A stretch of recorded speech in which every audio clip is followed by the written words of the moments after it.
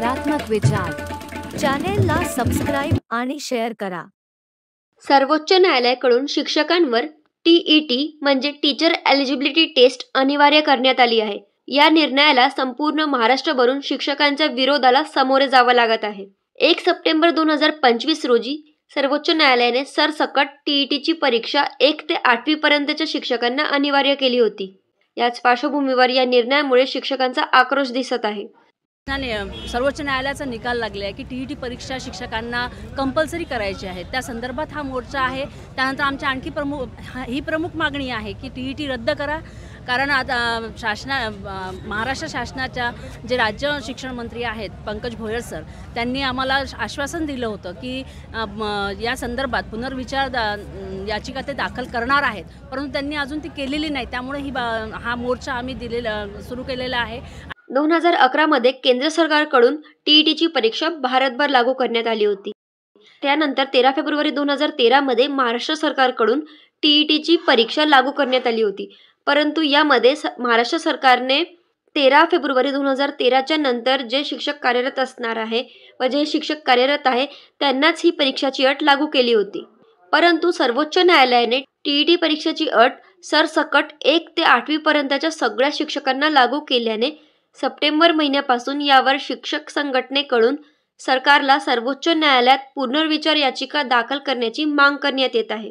परंतु सरकार आश्वासन देत आहे आणि अजूनपर्यंत सरकारकडून पुनर्विचार याचिका दाखल करण्यात आलेली नाहीये।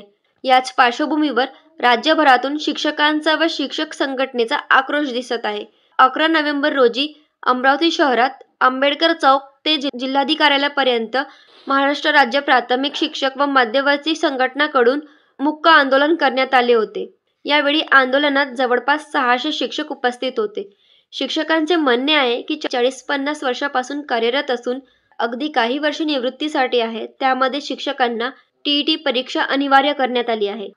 शाळाबाह्य काम, इलेक्शनचे काम आणि आता TET परीक्षा अनिवार्य, या सगळ्यांमध्ये शिक्षकांच्या अध्यापनाला वेळ देखील मिळत नाहीये। यामुळे अध्यापनावर परिणाम होत असून विद्यार्थ्यांच्या अभ्यासावर देखील परिणाम होत आहे। याकरिता सरकारने लवकरात लवकर पुनर्विचार याचिका दाखल करावी अशी मागणी शिक्षक संघटनाकडून करण्यात आली आहे। आज 9 नोव्हेंबर 2025 रोजी महाराष्ट्र राज्य प्राथमिक शिक्षक मध्यवर्ती संघटना अमरावती जिल्ह्याच्या वतीने तसेच राज्यभर हा मूकमोर्चा काढत आहे, कारण की 1 सप्टेंबर 2025ला सर्वोच्च न्यायालयाने शिक्षकाच्या विरोधामध्ये सर्व शिक्षकांना TET ही लागू करण्यात यावी आणि TET लागू जर केली तर शिक्षक हा परीक्षा देऊ शकतो, परंतु शिक्षकांच्या जी अपॉइंटमेंट झालेली आहे, नियुक्ती झाली आहे, त्यावेळेचे जे काही त्याचे क्वालिफिकेशन होते ते पूर्ण करूनच त्याची नियुक्ती झालेली आहे आणि ही नियुक्ती झाल्यावर TETची परीक्षा शिक्षकांवर लादणे हे अन्यायकारक आहे आणि म्हणून महाराष्ट्र शासनाला आम्ही विनंती करण्याकरिता हा मूकमोर्चा काढला आहे की त्यांनी एक रिव्ह्यू पिटिशन, एक पुनर्विचार याचिका सर्वोच्च न्यायालयामध्ये दाखल करावी व सर्वोच्च न्यायालयांना ह्या बाबी समजून सांगाव्या की शिक्षकांच्यामध्ये असलेला व्याप, शिक्षकांमध्ये असलेले बाकीचे इतर अशैक्षणिक कामं, या कामामुळे शिक्षक TET परीक्षा देणे हे त्याला शक्य होत नाही आणि म्हणून तसेच त्याबद्दल बाकीच्या ज्या काही आमच्या मागण्या आहेत त्या मागण्यामध्ये सुद्धा शासनाने निर्णय घ्यावा अशी आम्ही अपेक्षा करतो।